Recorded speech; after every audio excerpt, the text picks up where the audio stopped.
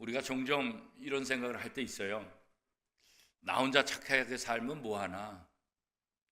나 혼자 정의롭게 살면 뭐하나? 뭐 다른 사람들이 바뀌지 않은데, 다른 사람이 착하지 않은데 나 혼자 착하게 살고 나 혼자 정의롭게 살아도 아무런 소용이 없다. 오히려 나만 손해다. 오히려 적당히 악을 행하고 적당히 죄를 짓고 적당히 세상과 타협하면 오히려 그게 더 실속 있는 거다. 이런 생각을 할 때가 종종 있습니다. 여러분 어떠세요? 여러분 그런 생각 갖고 있을 때 있지 않으세요? 그런데 성경을 보면 나 한 사람이 정직하게 사는 것, 나 한 사람이 착하게 사는 것, 나 한 사람이 진리를 위해서 사는 것, 이게 결코 헛된 것이 아니다. 왜냐하면 성경을 보면 하나님께서 역사하실 때 보면 많은 무리를 통해서 일하시는 것들이 그렇게 많지는 않아요. 대부분을 보면 어떤 문제들이 생겼을 때 그 문제를 해결하기 위해서 하나님이 한 사람 한 사람을 선택하세요. 그 선택한 한 사람을 통해서 하나님은 하나님의 계획을 이끌어나고 하나님의 놀라운 역사를 하게 되는 것을 보게 돼요. 성경이 우리에게 그것을 증명해 주고 있어요.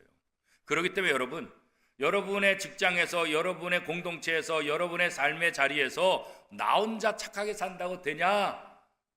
혹시 이런 생각이 들 때 그 과감히 버리세요. 나 혼자라 할지라도, 내가 부족하다 할지라도 하나님이 나와 함께 하시면 얼마든지 위대한 일을 할 수 있다. 이런 생각을 가지고 여러분의 삶의 자리에서 진리를 계속 추구하시고 선한 길을 계속해서 하시고 올바른 일을 계속해서 나아갈 수 있기를 축복합니다. 오늘 본문에 보면 한 사람의 영향력이 얼마나 대단한지를 우리에게 얘기하고 있어요. 이스라엘 백성들이 하나님을 떠나고 하나님의 말씀에 순종하지 않아요. 하나님께서 수많은 선자를 통해서 예언하고 말씀하고 돌아오라 해도 말 듣지 않아요. 그래서 하나님이 선자를 통해서 하신 말씀이 있어요. 너희가 그러면은 멸망당할 것이다. 내 말에 순종하지 않고 내 말을 따르지 않고 계속해서 죄악된 길을 가다 보면 너희들은 멸망시킬 수밖에 없다. 오늘 본문에 보면 예레미야 선자를 통해서 하나님께서 어떻게 말씀하세요?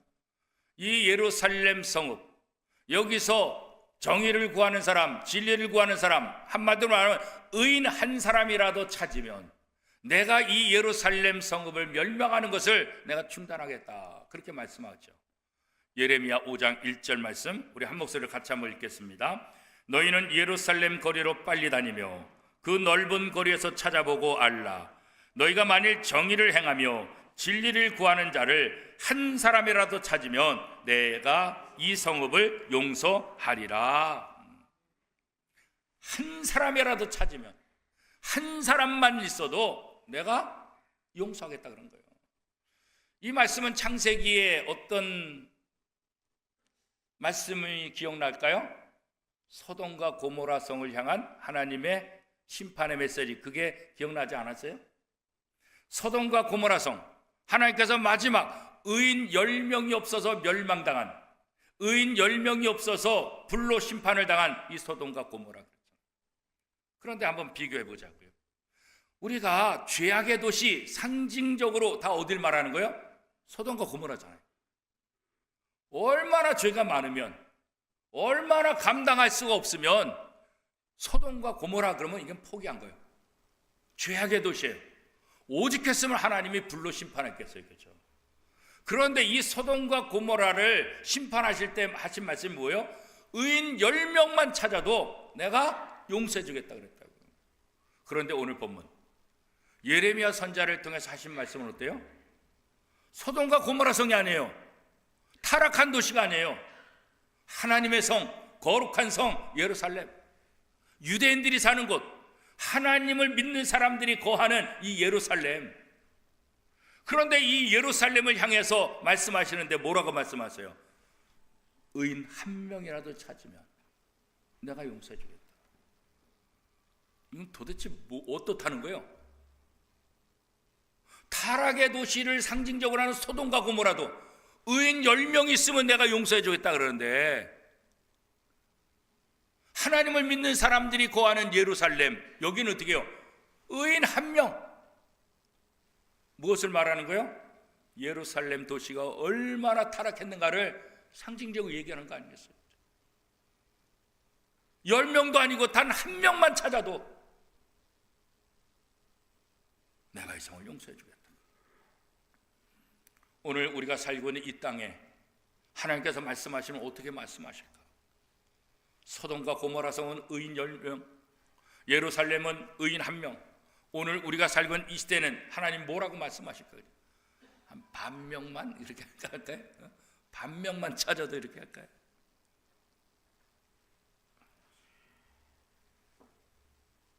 의인 1명이 없어서 결국 이스라엘은 멸망해요. 의인 10명이 없어서 소돔과 고모라가 불심판을 받은 것처럼 의인 1명을 찾지 못해서 주전 586년 바벨론에 의해서 남왕국 유다는 멸망을 당한다고요. 하나님께서 예레미야 선지자를 통해서 그렇게 의인 1명만이라도 찾아라 그렇게 얘기했는데 도대체 하나님의 음성을 듣지를 않아요. 그렇죠? 내가 하나님 섬긴다, 내가 하나님 경외한다 맹세하고 말은 많이 하는데 오늘 예레미야 선지자는 뭐라고 말하고 있어요? 그 맹세, 그 다짐들, 여호와를 경외한다는 거 다 믿을 수 없다. 왜? 말로만 한다. 말로만 하나님 섬기고 말로만 하나님 찬양하지 실제적인 삶 속에서 진리를 구하고 정의를 행하는 자 한 명도 없다는 거예요. 오늘 우리도 그렇죠. 우리 예수 믿는 사람들이 세상 사람들에게 말은 잘하네 이런 소리 들으면 안 되잖아요. 그렇죠? 말씀도 잘하시네 이런 소리를 들어야지. 말은 잘하네 이거 뭐예요?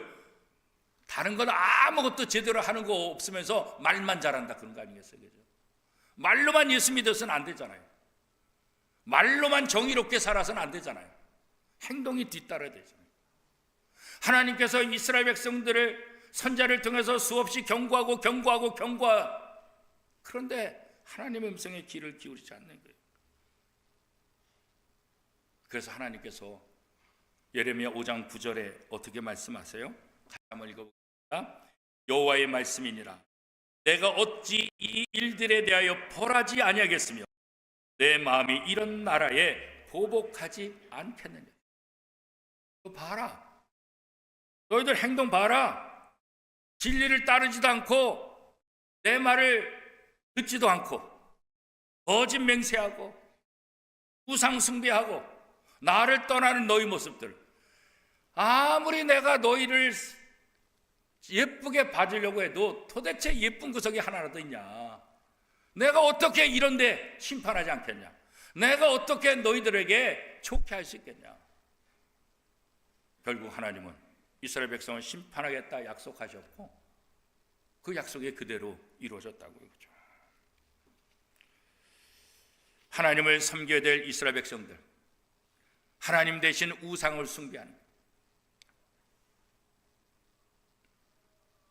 육체적인 간음도 굉장히 나쁘지만 하나님 앞에서 이 이스라엘 백성들은 육체적인 간음뿐만 아니라 영적인 간음, 하나님을 섬기던 자들이 하나님을 버리고 다른 우상을 섬기는 이 악한 일들을 아무리 경고해도 듣지 않는 거예요. 징계해도 아프게 느끼지 않는 거예요.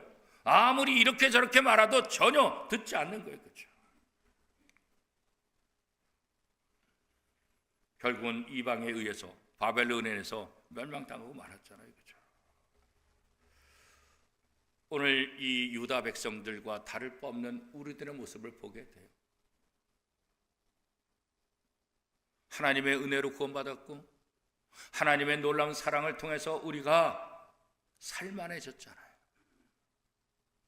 한국교회도 얼마나 대단한 신앙을 가진 나라고 얼마나 많은 영향력을 끼쳐요. 어느 나라보다도 하나님의 은혜를 많이 받았던 한국교회. 그런데 오늘 우리의 모습은 어때요? 하나님을 찬양하고 하나님께 감사하고 하나님께 영광 돌려야 된 오늘 우리들 그렇잖아요. 사실 하나님 앞에 영광 돌리는 것 충분한 이유가 있잖아요. 그죠? 106년 전 3.1 만세 운동을 통해서 하나님께서 우리 민족에게 베푸신 은혜가 얼마나 큰지 우리는 다시 한번 경험해요. 106년 전 만세 운동의 그 함성이 1945년 8월 15일 결국 우리에게 광복을 가져다 주었잖아요. 그죠?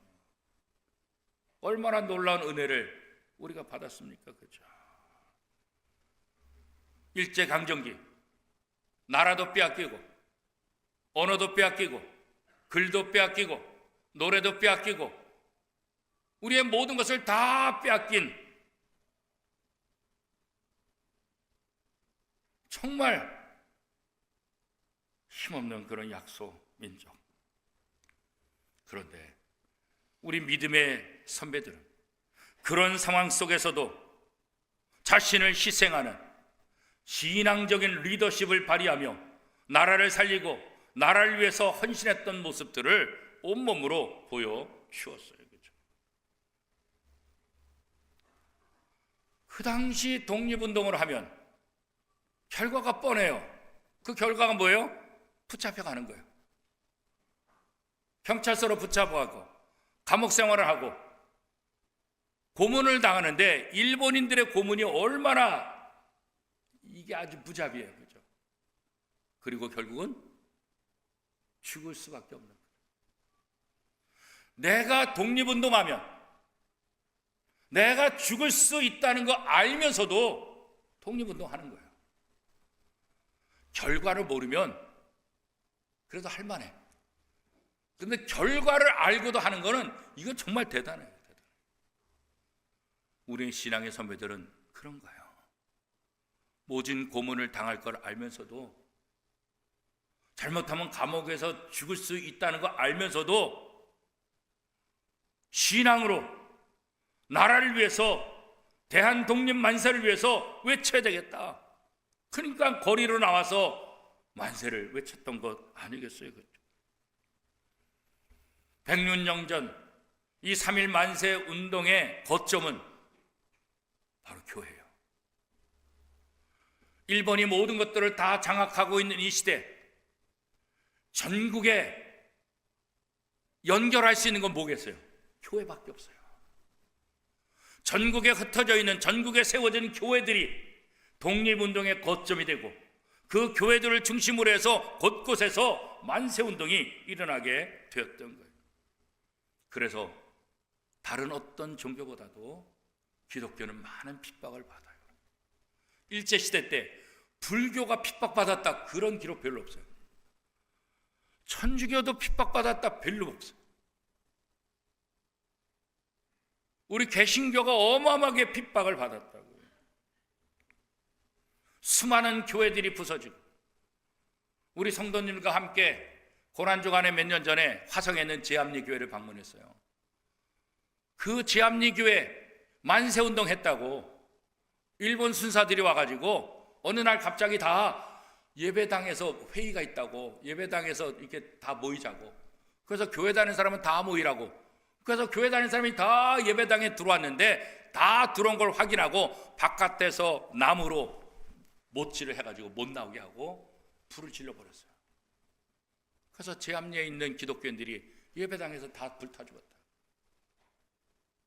그렇게 모질게 핍박당, 교회를 불태우고 하나님을 믿는 사람들을 죽이고 감옥에 가두는 그런 모습들. 그렇죠? 그 당시 기독교 인구가 어떤 기록에 보면 한 1.8%, 뭐 길게 많이 잡아야 3%도 안 돼. 전 국민의 1.8, 2%에서 3%밖에 안 되는. 그런데 일본 경찰에 의해서 감옥에 갇힌 사람들을 보니까 9,059명이 감옥에 갇혔는데 그 중에 기독교인들이 몇 명이냐면 2,032명, 22.4%. 인구 비율로 하면 2%, 3%도 안 되는 인구인데 독립운동하다가 감옥에 갇힌 사람들을 보니까 22.4%.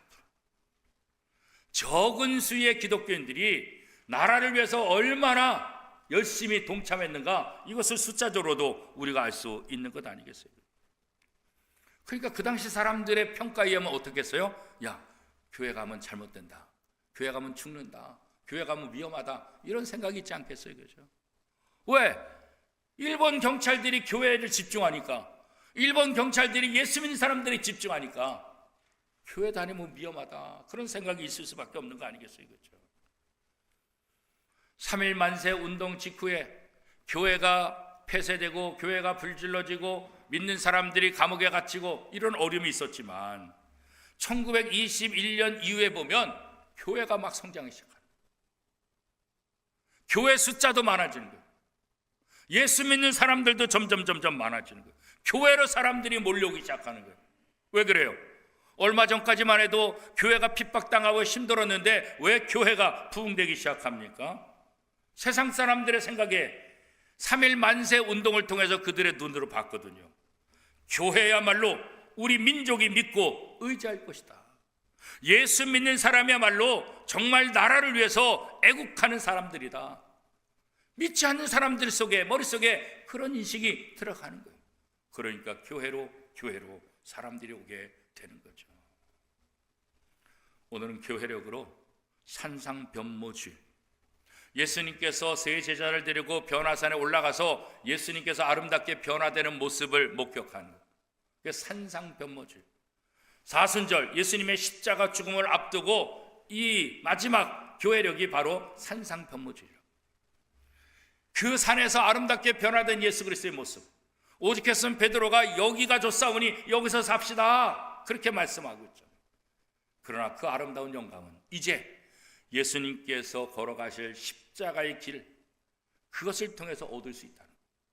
예수 그리스도의 죽음을 통해서 지금 보았던 그 아름다운 모습을 우리가 볼 수 있다는 것을 예수님께서 말씀하죠. 결국은 예수님의 죽음을 통해서 우리가 하나님의 영광을 맛보게 될 것이다, 그것을 얘기하고 있는 거죠. 그런데 우리는 하나님을 통한 영광의 맛은 보려고 하지만 십자가의 길은 걸어가지 않는다. 고난 없이 영광만 받으려고 하잖아요. 그렇죠? 그런데 106년 전 일제강점기 속에 있었던 우리 신앙의 선배들은 영광을 보지 못한다 할지라도 고난의 길을 걸어간 분들이에요. 그 영광은 지금 우리가 받고 있죠.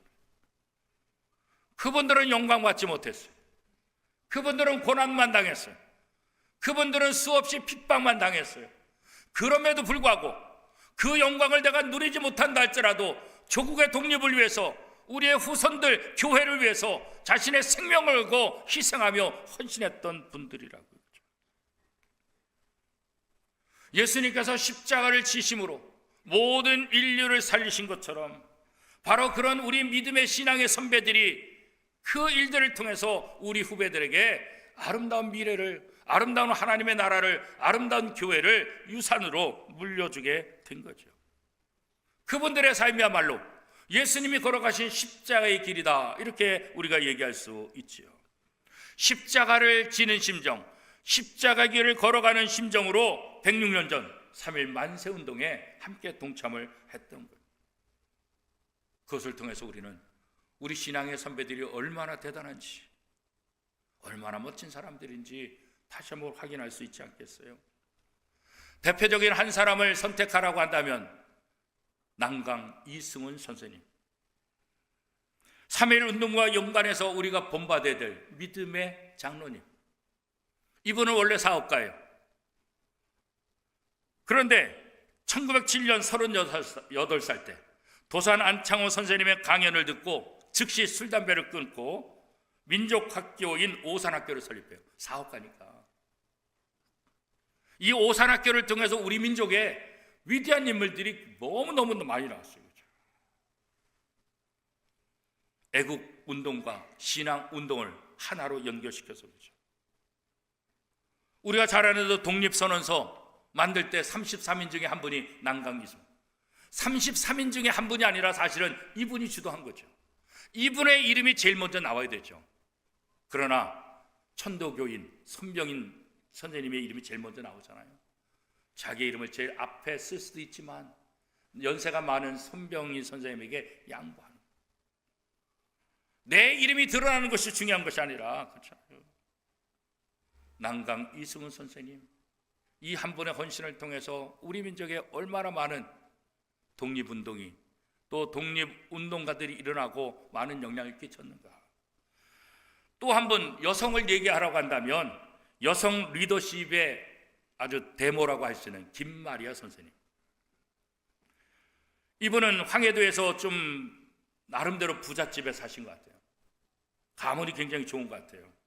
이번에 가문에서 위대한 인물들이 굉장히 많이 나왔더라고요. 연동여학교, 지금 말하면 정신여자중고등학교, 이 연동여학교를 졸업하고 일본으로 유학 가요.